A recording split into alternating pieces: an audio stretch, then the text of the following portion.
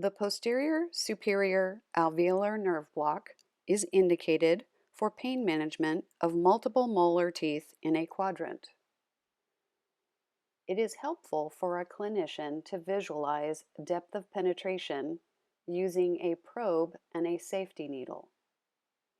In the video, you will notice the clinician holding the probe at the approximate 16 millimeter depth of penetration, as well as the portion of the needle visible to the clinician of 9 millimeters. This is a helpful technique for all injections. You will note that this bevel placement with the window facing towards the clinician would be appropriate for a left-sided PSA.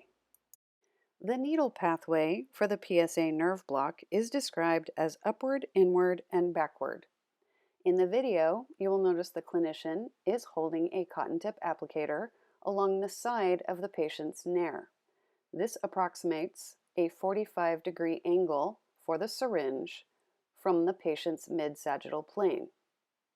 A second angle utilized for this injection would be placing the syringe barrel at approximately 45 degrees to the patient's occlusal plane. You will note the view from the side. The cotton tip applicator is moved into a 45-degree angle to the occlusal plane and then swung outward for a final deposition angle of 45 degrees to the patient's mid-sagittal plane, also lining up with the side of the patient's nair. This would be the right-sided angulation of 45 degrees to the occlusal plane and 45 degrees to the mid-sagittal plane, again lining up the syringe barrel with the side of the nair. Retraction for the PSA nerve block is best with an index finger flexed at the first knuckle. This assists with retraction outward, upward, and backward of the patient's cheek. You will note the patient closes slightly with retraction. It is suggested to have the patient shift toward the side of administration.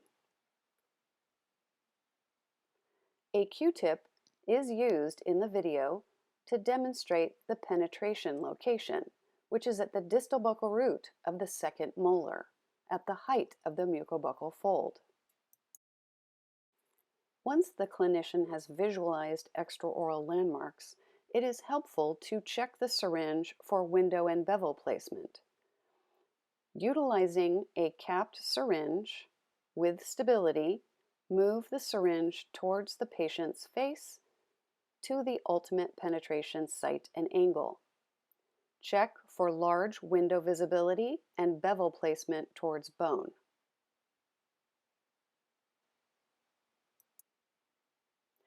Once the clinician has determined that the appropriate syringe placement is correct, they will want to find their retraction location, have the patient shift to the side of administration, use a single hand to loosen the cap, pick up and drop, utilize some form of stability, in this case the ring finger, penetrate the tissue at the height of the mucobuccal fold, determining the depth of penetration at approximately 16 millimeters with the syringe barrel 45 degrees to the occlusal plane and 45 degrees to the mid-sagittal plane at the eventual deposit site. Once the injection is completed, the clinician will utilize cotton pliers to recap the needle safely.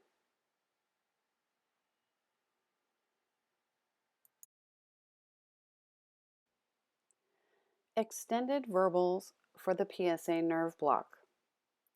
The medical history has been reviewed and there are no changes. The vital signs are within normal limits and there are no contraindications for local anesthesia. I will be using 20% benzocaine topical for 1 to 2 minutes. I am also using 3% mepivacaine plain with an expiration date of November 2018. I am utilizing a 27 gauge short needle.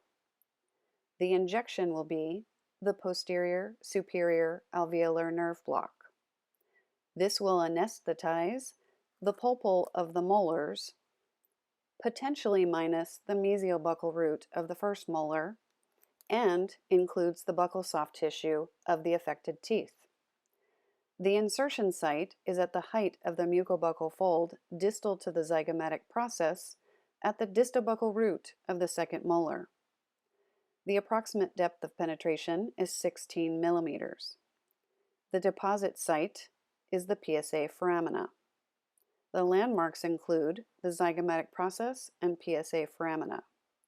The pathway is 45 degrees to the occlusal plane and 45 degrees to the mid-sagittal plane. No bony contact. The dose range is 0.9 to 1.2 milliliters. A possible complication and reason for use of a short needle is hematoma. During the injection, the clinician should communicate with the patient, giving positive feedback.